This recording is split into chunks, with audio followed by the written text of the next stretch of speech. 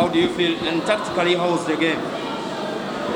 The game is it's difficult to explain. The first half, we control the game, dominate the game with the ball, and we play near what I want, and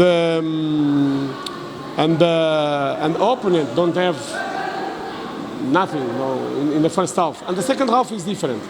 It's different because I think the break is bad for my team. The second half, we start to lose many balls, easy pass, you will lose, and the opponent came up. And also some players the chance came inside. It's not give something to improve the team. And we suffer the goal. It's not penalty. The ball don't touch in the hand, in the arm, my player. But we don't lose because the penalty. We lose because we make mistakes, and the second half, the opponent is better with us. That's why we lose. But again, the penalty situation is not penalty. Well, you introduced all your offensive players, and what instructions did you give them, and how did they not respect the instructions that you gave them? Who?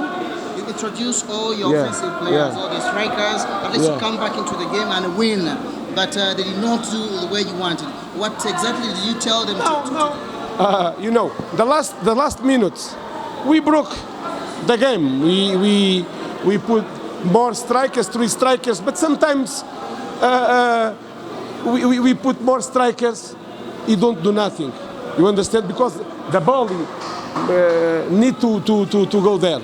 And the last minutes, when we play with the 3 strikers, we try everything to score. And we have an opportunity with the Musa, maybe it's give with the head can score. But now we start the work. We have 10 days. The work. I see many good things because I start one new process. And when you start the new process, like I talked before, we need step by step to improve every day. But today, in the first half, we are near what I want with team. Okay? Thank you.